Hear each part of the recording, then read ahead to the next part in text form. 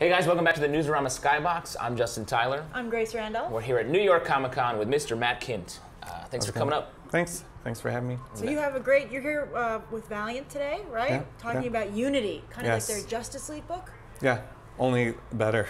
Yeah, I will say that's a kind of. Can I say that? I don't know if I can say that. Different. It's on. Different, better in a different way. Yeah.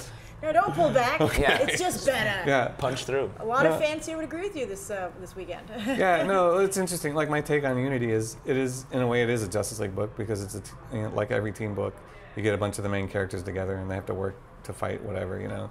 But like my take on that was sort of like sports related, where it's like if you throw a team of anybody together without practicing, it's going to be horrible, you know. Yeah, like, that's awesome. Yeah, so it's like if you throw these guys together, they haven't practiced all, they don't know each other, that half of them don't like each other, you know. Then it's going to be kind of a train wreck. So in a way, like that's what the series is going to be in a way. And better yet, it's like not just a sport team of players; it's all quarterbacks. Yeah, or just like, no, you have to be a receiver. Yeah, exactly. You can't just no, we can't all throw the football. It's like I'm not catching, I'm throwing. Yeah. Yeah. Well, one of the great things about these publishers, up-and-coming publishers, is that they give more freedom to their creators. You know, you're not tied down by like, oh, well, the movie's coming out, so you know. So, what kind of freedoms do you find that you have on Unity writing that team book? Yeah, well, it's fun in a ways. It is like if you think about Justice League, it's been around forever. You know, where Unity hasn't been around ever. You know, so I get to write it from the ground up. You know, and a lot of these characters are already sort of established, but then there's a few new ones like Ninjak and Livewire. Who we don't really know that much about. So it's like we don't know where they live, we don't know what their other life is like, you know. And so to me it's fun to get in on the ground floor in that way, where it's like, what if you got to write Justice League #1, would you do it? And I was like, well, yeah, of course I would. You know, Is that the pitch to you? Yeah, it was, and I was like, well, yeah, I'd love to. And like, you know, I can't resist those characters. Like I loved Valiant in the 90s. I was reading it in high school, you know. I'm like, man, these are great stories, and you know, and it really was the focus at the time. Like even when I was like 16, I'm like, they care about the story, you know, like, and the storytelling, and the art wasn't like as flashy as some of like the other stuff, you know, but it was like all about telling the story well, you know. And so I was attracted to that then, and now it's like the same thing. It's just like a modern version of that, where it's like they are providing me the ground to tell like a really good story.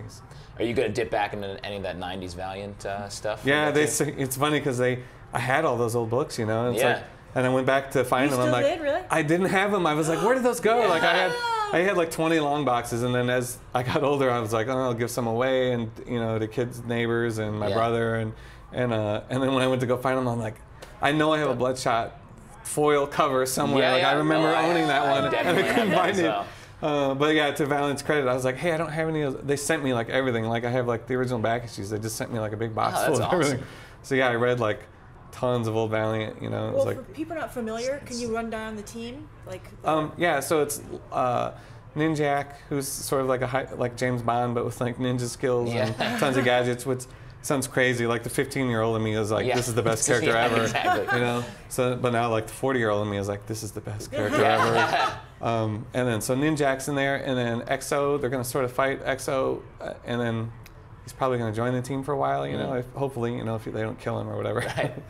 They're not going to kill him. But, you talk about it like they're people you know. Like I don't know what they're going to do. They are not getting along. Yeah. None of them are going to be happy about it. But so there's, and then Livewire, which is one of my favorite characters, because Valiant, I feel like one thing that I wanted to bring to that universe is like a strong female character. You know, and it's my favorite thing to write.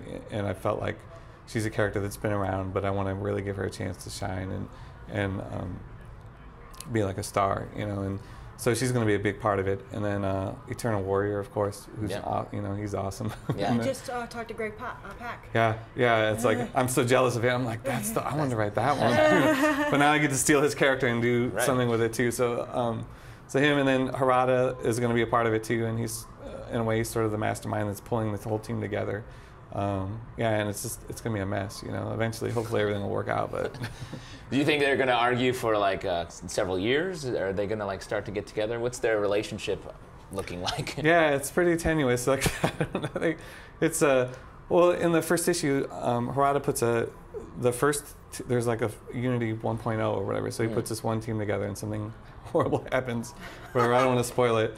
And so then they sort of get pulled together at the last second. It's like, whoa, we have to come together and stop this thing. And so yeah, they don't. It's not going to work. Like the first story arc is just going to be them. They're not even really a team. Like it's to me, unity should be in like quotes. It's like unity, okay, Unity. yeah, okay. So it's sort of to me, I like that title because it's, the team's not really called that necessarily like outright in the book. Yeah.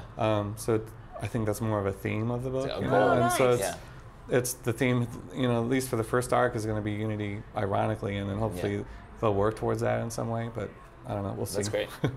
Let's talk about some of the Marvel work you're doing. Marvel Knights Spider-Man, which is there hasn't been a Marvel Knights book in a while. Yeah. I believe so. That's especially Spider-Man. That's such a. So what's that book about? What's the take on it? Yeah. Well, Marvel called me up. They're like, hey, we want to do a book where Spider-Man fights 99 villains. And do you want to write it? And I was like, that's a lot of villains. Yeah. How many issues do I get? And they're like 5 issues. I'm like, Whoa. then I start doing the math. I'm like, yeah, that's a lot per issue. And so I actually went through and like looked online. I like made a list of every single villain that Spider-Man has ever fought. There's gonna be more than 99 villains, which not to my credit, but Marco, the artist or whatever, he ended up jamming some more into the final issue. The art's amazing. On the it's so crazy. Different, yeah. Yeah, I write my normal script and I gave it to him, and then when the pages came back, I'm like, what? Who wrote this? That's so funny. Yeah, did you spill water on my script? Yeah, I was like, what happened? And then I was like, people are gonna love it, so I just let him go to town, you know, and like, and then I felt like the less notes I gave him, then the better it got, you know. So I just so the first issue I wrote was like really heavy description, different things, and then I saw what he did. I was like, oh, you know what you're doing. So then I was just like, just do whatever. Spider-Man fights 99 villains. Yeah. Go to town. Here's my script. Yeah. My tweet script. And it's Peter Parker. It's the real Doc Ock. None of that. I know. It was like perfect timing. I didn't realize that. I wrote it actually probably like 3 or 4 months ago.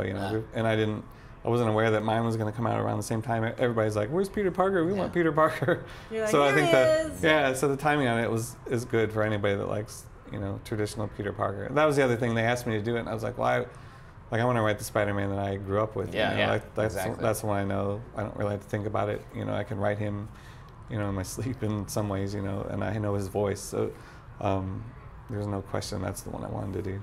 Well, you're also part of the the big exodus of creators to create your own books. Mm-hmm. You have mind management. Yeah. How is that experience compared to like your work with the on properties owned by the companies? Yeah, it's awesome. It's a dream come true. So like, mind management comes first. So all my creator-owned stuff comes first. And that's where I've been doing that for 10 years. And so that's my first and true love. Because I have total control over it. The other, like the stuff from Marvel, DC, and Valiant, that's sort of like the cherry on top. It's like they asked me to do something, I'm like, oh yeah, okay, I've never, I haven't been Spider-Man before, I'll do that. Just check that off my list of things I've always wanted to do, So, and I feel like that mind management coming out as a monthly, people started noticing that, and that's why, I wasn't really looking for mainstream work, but they started asking me after that came out. Yeah, that's. And it was kind of a nice bonus, I'm like, oh, that's fun, The writing's the easy part, Like mind management, I write it, I draw it, I ink it, I color it, I letter it, I do the design, and so it's a ton of work every month, So just typing up a script and handing it to somebody to draw. This is all you want from me? That's it? Okay, I'm done.